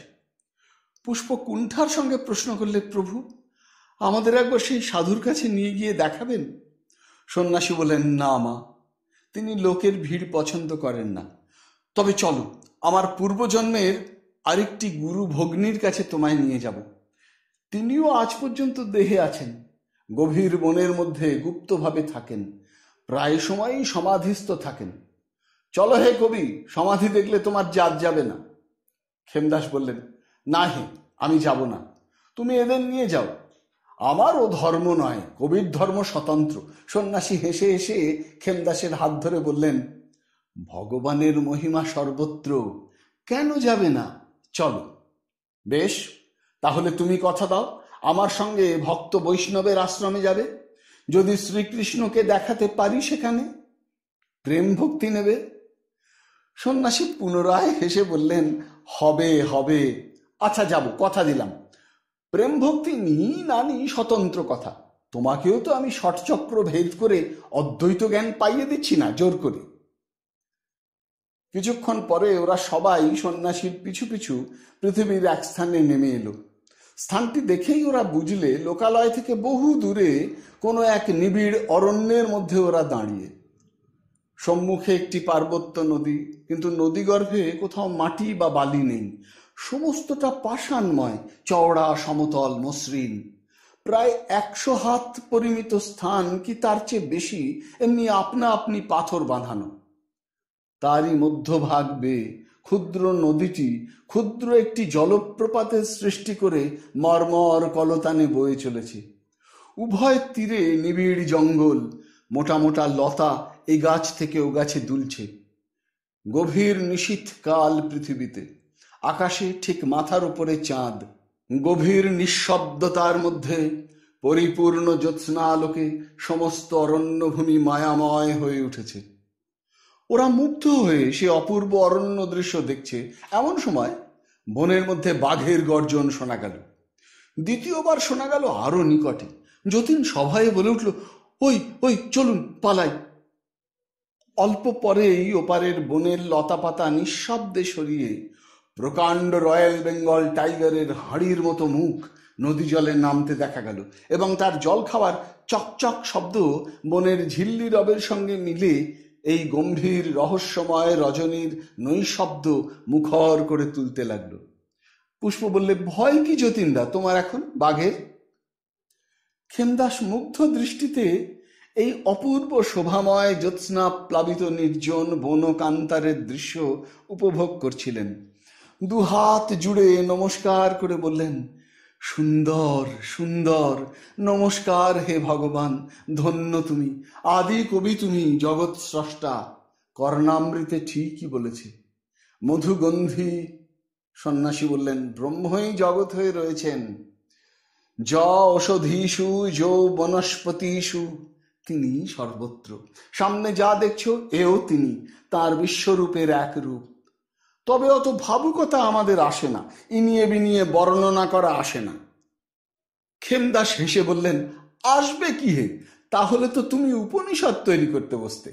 তোমার সঙ্গে উপনিষদের কবিদের তফাৎ তো সেইখানেই। তাঁরা ব্রহ্মজ্ঞ ছিলেন, আবার কবিও ছিলেন। তোমার মতো নিরস ব্রহ্মবিদ ছিলেন না। ভগবানও কবি, উপনিষদে কি বলেনি তাকে, কবির মনীষী পরিভু স্বয়ম্ভু। সন্ন্যাসী বললেন, চলো চলো, যে জন্য এসেছি। উপনিষদে কবি বলেছে যিনি দ্রষ্টা তাকে, যিনি প্রজ্ঞার আলোকে এক চমকে ভূত ভবিষ্যৎ বর্তমান দর্শন করেন, চিন্তা দ্বারা যাকে বুঝতে হয় না, তিনিই কবি। যতীন বললে, প্রভু এ কোন জায়গা পৃথিবীর? এ হলো বাস্তার রাজ্য, মধ্য ভারতের। এই নদীর নাম মহানদী, উড়িষ্যার মধ্য দিয়ে সমুদ্রে পড়েছে। এখানে নদীর শৈশব অবস্থা দেখছ, সবে বেরিয়েছে অদূরবর্তী পাহাড় শ্রেণী থেকে। এখন এসো আমার সঙ্গে।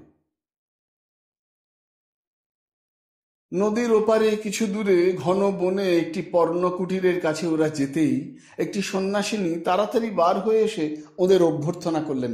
বললেন, আসুন আপনারা, আমার বড় সৌভাগ্য আজ। যতীন ও পুষ্পের মনে হলো তিনি যেন ওদের অপেক্ষাতেই ছিলেন। সন্ন্যাসিনীকে দেখে যতীন অবাক হয়ে গেল।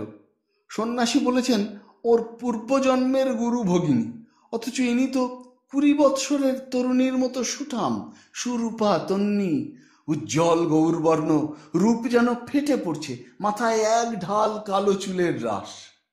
সন্ন্যাসী বললেন, ভালো আছো ভগ্নী? সন্ন্যাসিনী হেসে হিন্দিতে বললেন, পরমাত্মা যেমন রেখেছেন। এরাও তো দেখছি বিদেহী আত্মা, এদের এনেছ কেন? পুষ্প ও যতীন সন্ন্যাসিনীর পায়ে হাত দিয়ে প্রণাম করলেন। ক্ষেমদাস যুক্ত করে নমস্কার করলেন। সন্ন্যাসী বললেন, এরা এসেছেন তোমায় দেখতে। ইনি বিখ্যাত বৈষ্ণব কবি ক্ষেমদাস। সন্ন্যাসিনী বললেন, आइए महाराज, आपका चरण धूलि से हमारा आश्रम पवित्र हो गया, परमात्मा की कृपा। ক্ষেমদাস বললেন, মা আপনি দেবী, আপনার দর্শনে আমরা পুণ্য লাভ করলাম। সন্ন্যাসিনীর সুন্দর মুখের লাবণ্যময় হাসি অরণ্যভূমির জ্যোৎস্না স্নাত সৌন্দর্যকে যেন আরো বাড়িয়ে তুলেছে। কুটিরের দ্বারে হেলান দিয়ে দাঁড়িয়ে বললেন, यही नदी में आज पूर्णिमा की रात में स्वर्ग से उतार कर अप्सरी लोग नहाते थे। हम बहुत बरस से देखते हैं, आपको मालूम है? ক্ষেমদাস বললেন, না মা, আমরা তো জানি না, আমাদের দেখাবেন? আপ দেখনে মাংতা? হ্যাঁ মা, দেখালেই দেখি। সন্ন্যাসী বললেন, এর বয়স কত বলো তো যতীন? যতীন সংকুচিত ভাবে বললে, আমি কি বলবো, দেখে তো মনে হয় 20-22।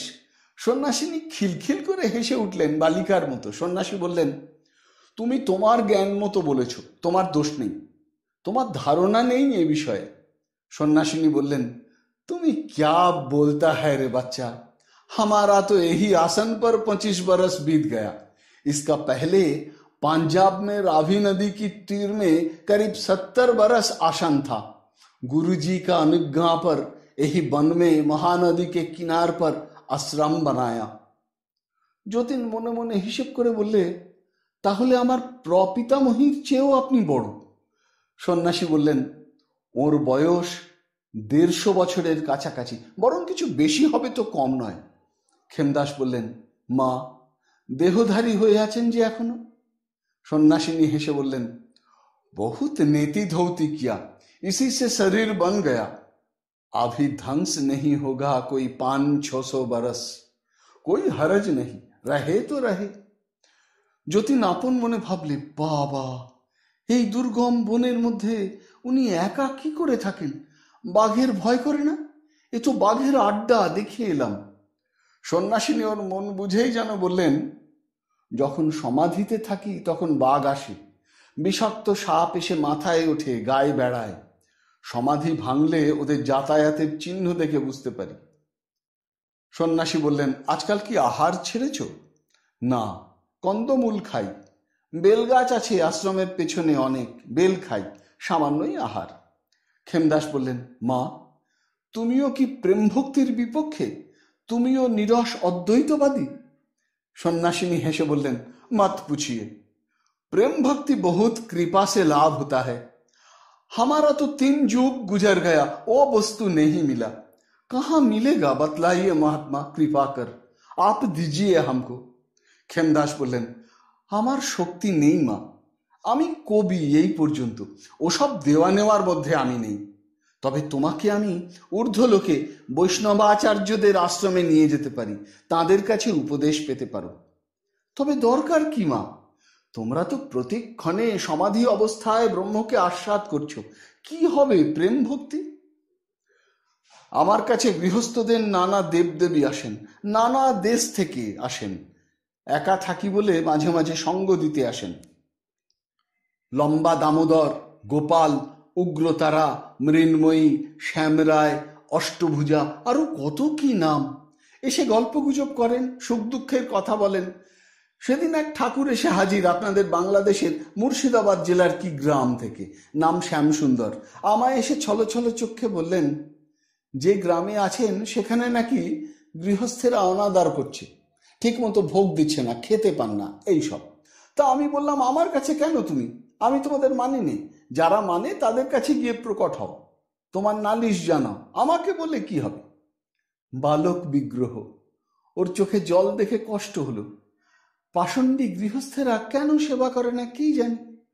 ওইসব দেখে আমার মন কেমন করে, মনে হয় প্রেম ভক্তি হলে এদের নিয়ে আনন্দ করতাম। সন্ন্যাসী হেসে বললেন, মায়া মায়া, নির্বিকল্প ভূমি থেকে নেমে এসে তুমি আবার ওইসব মাইক ঠাকুর দেবতার সঙ্গে সম্বন্ধ পাতাতে চাও? ক্ষেমদাস বললেন, মা, তোমাকে প্রেম ভক্তি দেবার জন্যই ওই সব দেবদেবী আসেন, আরো আসেন তুমি মেয়ে মানুষ বলে। হাজার অদ্বৈতবাদী হলেও এখনো তোমার মন, তোমাদের এই মন, এই এদের মতো কঠোর, নিরস, শুষ্ক হয়ে ওঠেনি, তাই তোমার কাছে আসেন। কই, এর কাছে তো আসেন না, এলে আমল পাবেন না বলেই আসেন না। ভগবানও প্রেম ভক্তির কাঙাল, যে ভক্ত তারই কাছে লোভীর মতো ঘোরেন। যে প্রেম ভক্তি দিতে পারবে না তার কাছে তো তিনি।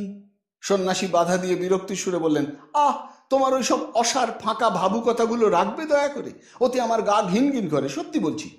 যত খুশি প্রেম ভক্তি বিলো গিয়ে তোমার সেই বৈষ্ণবাচার্যের আখড়ায়, আমাদের আর শুনিও না। যত খুশি কাব্য রচনা করো বৃন্দাবন আর চাঁদের আলো আর কদম্ব মূল নিয়ে সেখানে বসে। ক্ষেমদাস বললেন, তোমাকেও একদিন ভক্তির খুরে মাথা মুড়ুতে হবে হে কঠোর জ্ঞানমার্গী সন্ন্যাসী। আমার নাম যদি ক্ষেমদাস হয়। সন্ন্যাসী বললেন, আচ্ছা এখন বন্ধ করো, তুমি আমাকে বলছো নিরস। তোমাকে আমি এমন এক জ্ঞানীর কাছে নিয়ে যাব যিনি সম্পূর্ণ নাস্তিক, জড়বাদী, পঞ্চভূতের বিকারে এই বিশ্ব সৃষ্টি হয়েছে বলে বলেন। ঈশ্বর মানেন না, সৃষ্টিকর্তা মানেন না, আত্মাকে বলেন পঞ্চভূতের বিকার, জড়ের ধর্মে আপনা আপনি সৃষ্টি হয়েছে, আপনা আপনি একদিন লয় হবে, এই মত পোষণ করেন। কে? লোকায়ত দর্শনের কর্তা চার্বাক? চার্বাক নন, তার প্রভাবান্বিত কোনো শিষ্য। কি অবস্থা লাভ করছেন? স্থানুবৎ অচলা অবস্থা, খুব উচ্চস্তরেই আছেন।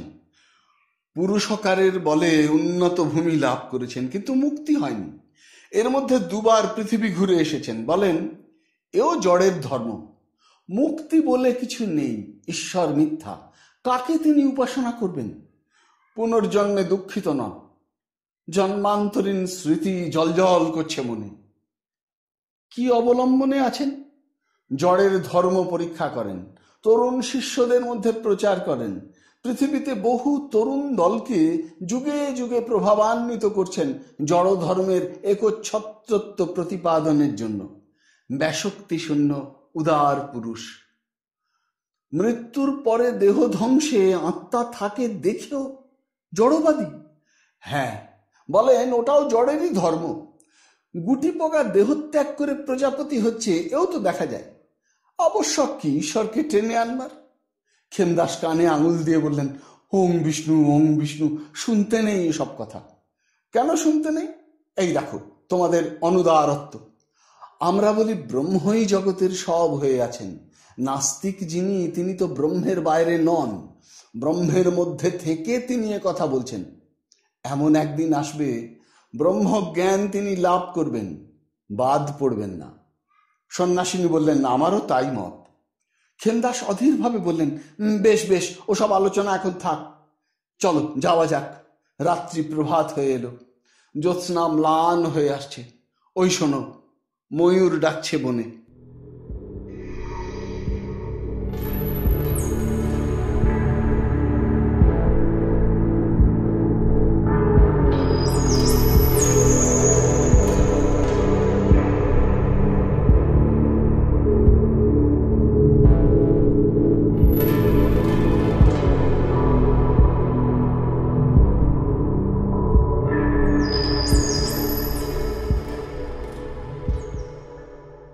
শুনছিলেন বাংলা সাহিত্যের গৌরব, সাহিত্যের উজ্জ্বল দিনগুলির অন্যতম লিপিকার বিভূতিভূষণ বন্দ্যোপাধ্যায় রচিত অসামান্য উপন্যাস দেবযান পঞ্চম পর্ব।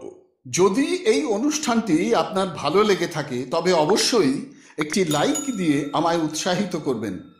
যারা এখনো আমার এই চ্যানেলটিকে সাবস্ক্রাইব করেননি তারা অনুগ্রহ করে সাবস্ক্রাইব বোতামটি টিপে আমার এই চ্যানেলটিকে সাবস্ক্রাইব করে নেবেন এবং ভিডিওর কমেন্ট বক্সে আপনার মূল্যবান মতামত জানিয়ে চ্যানেলটিকে আরও এগিয়ে নিয়ে যেতে আমায় সাহায্য করবেন। ভালো থাকুন, পাশে থাকুন, সুস্থ থাকুন আর শুনতে থাকুন সাহিত্যের মণিমাণিক্যগুলি অনুষ্ঠানটি। নমস্কার।